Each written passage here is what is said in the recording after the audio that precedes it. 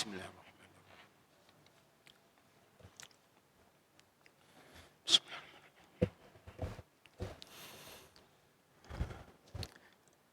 Alhamdulillah. Alhamdulillahi Rabbil Alamin. Wal aqibatu lil muttaqin. Wala udwana illa 'alal zalimin. Ashhadu an la ilaha illallah wahdahu la syarika lah. Al-Malikul Haqqul Mubin. Wa ashhadu anna sayyidana Muhammadan abduhu wa rasuluh. Sadiqul wa'dil amin. Allahumma salli wa sallim ala hadhan nabiyyil karim. Sayyidina Muhammadin khatamin nabiyyin. Wa ashrafil mursalin. Wa ala alihi at-tahirin. Wa ashabihi minal ansari wal muhajirin. Wa sallama tasliman katsira. Amma ba'du fa ya ayyuhan nas usikum wa iyaya bitaqwallah wa ta'atih la'allakum tuflihun. Wa qala Allah ta'ala fi kitabihil azimil aziz wa huwa asdaqul qailin. A'udzu billahi minasy syaithanir rajim. Kuntum khaira ummatin ukhrijat lin-nasi ta'muruna bil ma'ruf wa tanhauna 'anil munkar wa tu'minuna billah. Shadaqallahul azim. Ma'asyiral muslimin, sidang Jumat rahimakumullah. Mengawali khutbah ini, izinkan terlebih dahulu saya mengajak para jamaah. Perkenankan saya mengajak bapak-bapak dan saudara-saudara sekalian, marilah kita bersama-sama meningkatkan takwa Allah. Kita tingkatkan terus grafik ketakwaan kepada Allah dengan cara melakukan apapun yang Allah perintahkan kepada kita, tentunya mastata'tum, menurut kesanggupan apa yang dapat kita lakukan secara maksimal. Faqad fazal muttaqun, sungguh pasti beruntung orang-orang yang bertakwa. Sidang Jumat rahimakumullah, sudah setahun kita berada di bawah kungkungan virus corona. Menghadapi fenomena ini, selaku mukmin kita harus meningkatkan kualitas iman kita dan menjaga imunitas kita, dan insya Allah akan menjadi iman, menjadi aman. Maksudnya tingkatkan iman, jaga imun, insya Allah kita aman. Kenapa harus meningkatkan kualitas iman? Sebab 15 abad yang lampau Rasulullah bersabda, sesuatu yang takdir kena sama kamu tidak akan pernah luput. Dan sebaliknya, sesuatu yang ditakdirkan luput tidak akan pernah kena. Itulah yang disebut takdir. Akan tetapi bentuk takdirnya kan kita tidak tahu. Takdir itu kita fahami setelah menjadi kenyataan. Oleh karena itu Rasulullah SAW menyuruh kepada kita untuk ikhtiar. Salah satu bentuk ikhtiarnya, onta yang sedang sakit jangan satu kandang dengan onta yang sehat. Kalau Anda berpapasan atau berkumpul dengan orang yang sedang penyakit lepra, sedapat mungkin menghindar. Ini bentuk ikhtiar kita.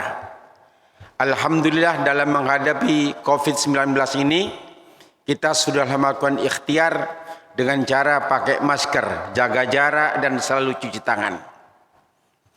Kemudian yang kedua, tingkatkan kualitas imun.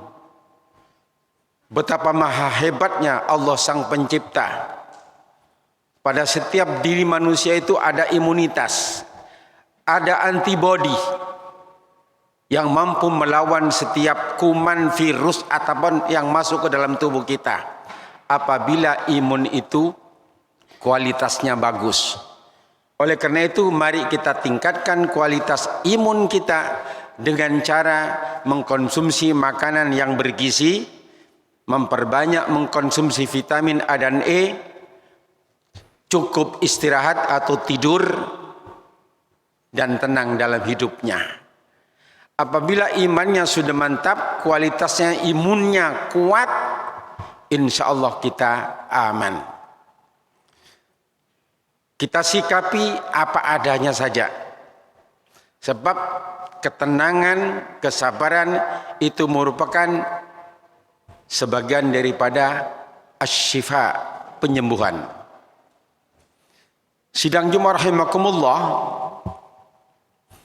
Sekarang kita mari menyimak kembali prediksi Rasulullah sallallahu alaihi wasallam yang beliau sampaikan 15 abad yang lampau.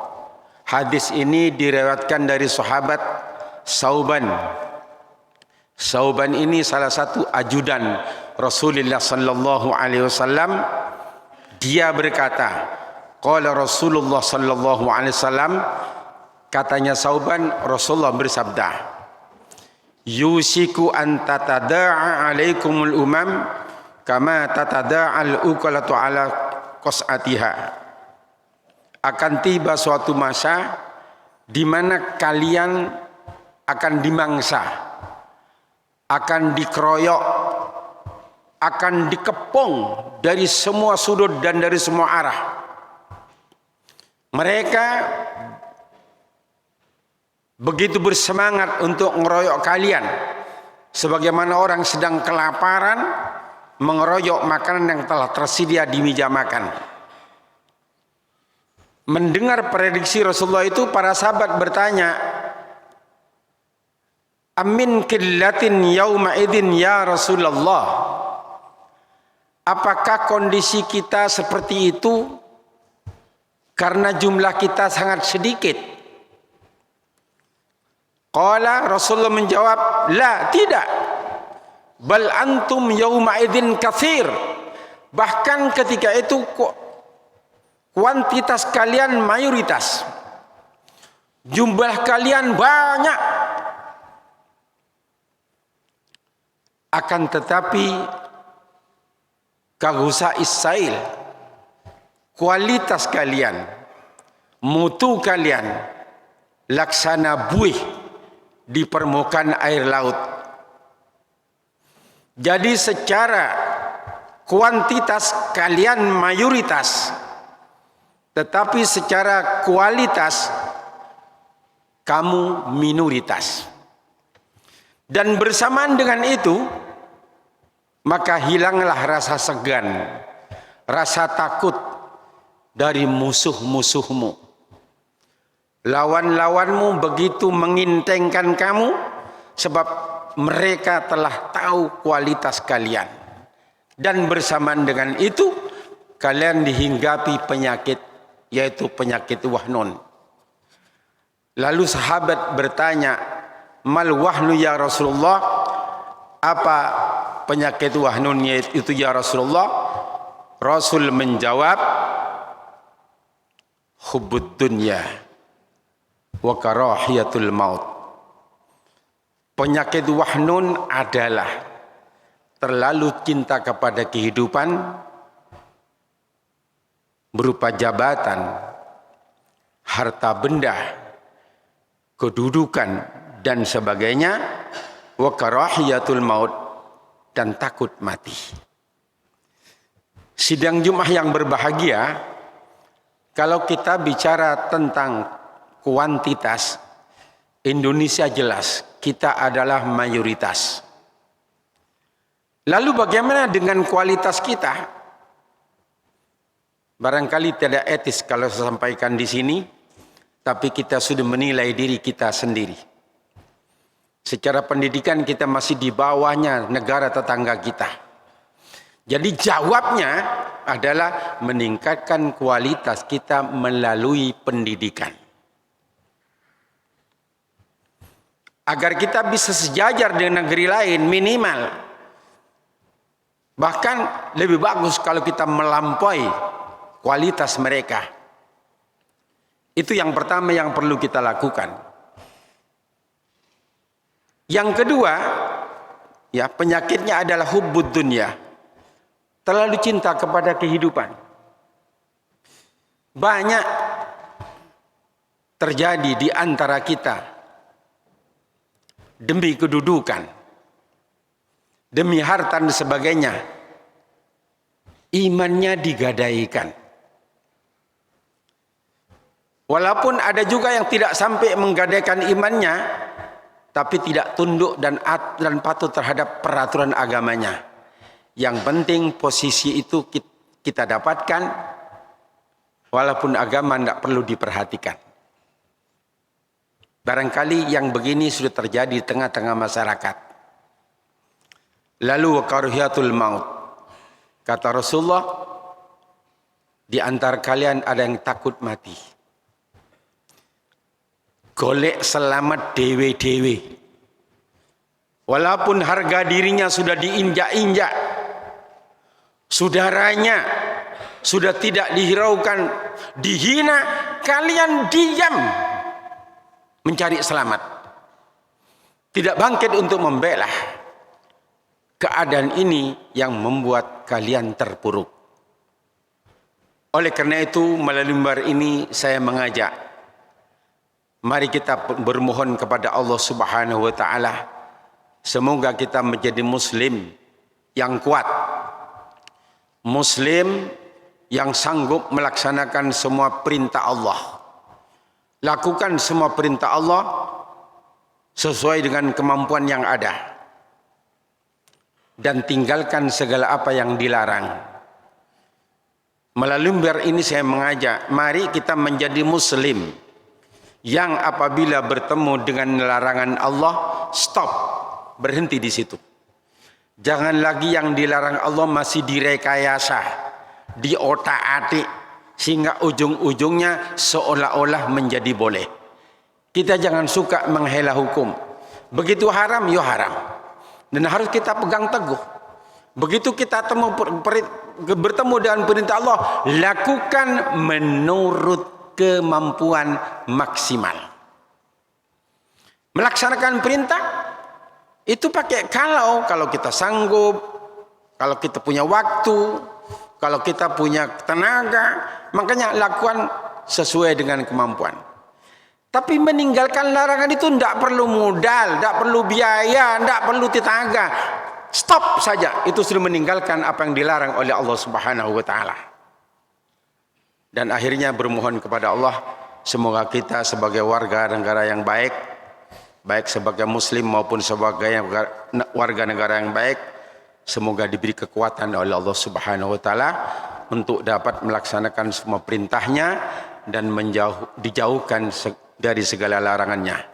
Kita bermohon kepada Allah, mudah-mudahan Allah membuka mata hati kita. Semoga Allah membuka mata hati para pemimpin kita.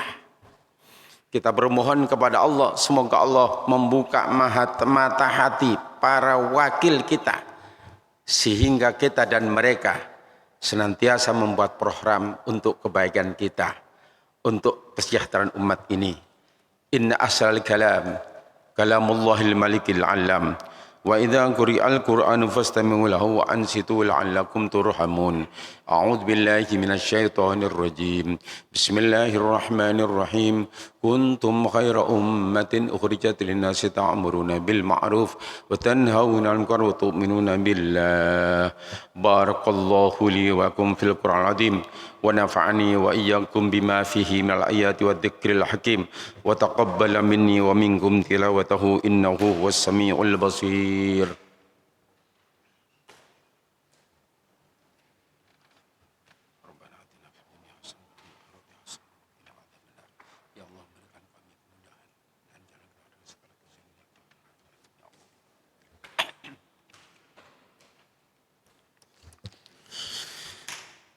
Alhamdulillahi hamdan kama amar أشهد أن لا إله إلا الله وحده لا شريك له إرغاما لمن جحد به وكفر وأشهد أن سيدنا محمدا عبده ورسوله سيد الإنس والبشر اللهم صل وسلم على سيدنا محمد وعلى آله وصحبه ما اتصلت عين بنظر وأذن بخبر أما بعد فيا أيها الناس اتقوا الله تعالى وذروا الفواحش ما ظهر منها ما بطن وحافظوا على الطاعة وحضور الجمعة والجماعة واعلموا أن الله أمركم بأمر بدأ فيه بنفسه وسنى بملائكة قدسه فقال تعالى ولم يزل قائلا عليما إن الله وملائكته يصلون على النبي يا أيها الذين آمنوا صلوا عليه وسلموا تسليما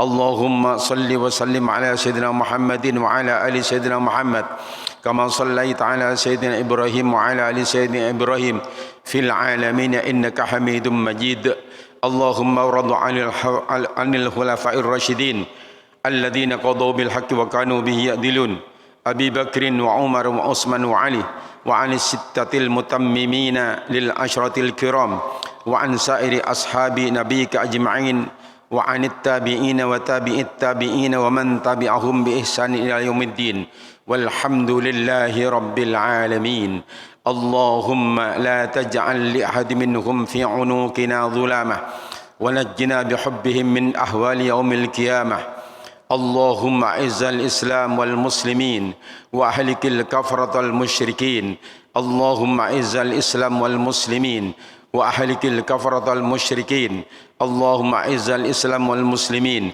وأهلك الكفرة المشركين وأعلي كلماتك إلى يوم الدين اللهم آمنا في دورنا وأصلح ولاة أمورنا واجعل اللهم ولايتنا في من خافك واتقاك اللهم اغفر للمسلمين والمسلمات والمؤمنين والمؤمنات الأحياء منهم والأموات برحمتك يا واهب العطيات اللهم ادفع عنا الغلاء والوباء والربا والزنا والزلازل والمحن وسوء الفتن ما ظهر منها ما بطن عن بلدنا سورابيا هذا خاصة وعن سائر بلاد المسلمين عامة يا رب العالمين ربنا آتنا في الدنيا حسنة وفي الآخرة حسنة وقنا عذاب النار عباد الله إن الله يأمر بالعدل والإحسان وإيتاء ذي القربى وينهى عن الفحشاء والمنكر والبغي يعظكم لعلكم تذكرون ولذكر الله أكبر